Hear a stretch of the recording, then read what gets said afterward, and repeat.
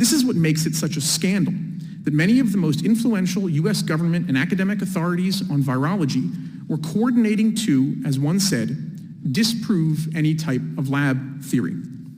These officials and scientists knew that COVID may have come from a lab. They knew that a lab leak could have resulted from research in Wuhan funded by the US government. And they knew that if such research were in fact part of COVID's origin, they could face professional and personal embarrassment. So these officials and scientists evidently collaborated to convince the government and the public not to investigate the origin of COVID, at least not in a fashion that followed the evidence down paths that could point to a lab origin. The misdirection tactics worked.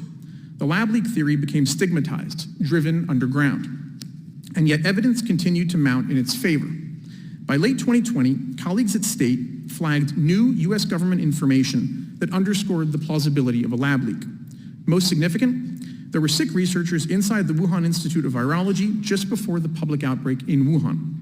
That same Wuhan lab had a long record of secrecy about its coronavirus research and undisclosed ties with China's military.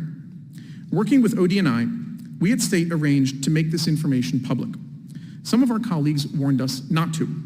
They said not to highlight China's gain-of-function research, lest we draw attention to the US government's own role in such research and open a Pandora's box. It wasn't clear exactly what these colleagues feared, but their seeming demand for non-transparency was unpersuasive. On January 15, 2021, we published a fact sheet on activity at the Wuhan Institute of Virology. In the months that followed, the lab leak possibility began to force its way into the mainstream. By May 2021, President Biden himself recognized the significance of the lab leak possibility and ordered a 90-day review of US intelligence.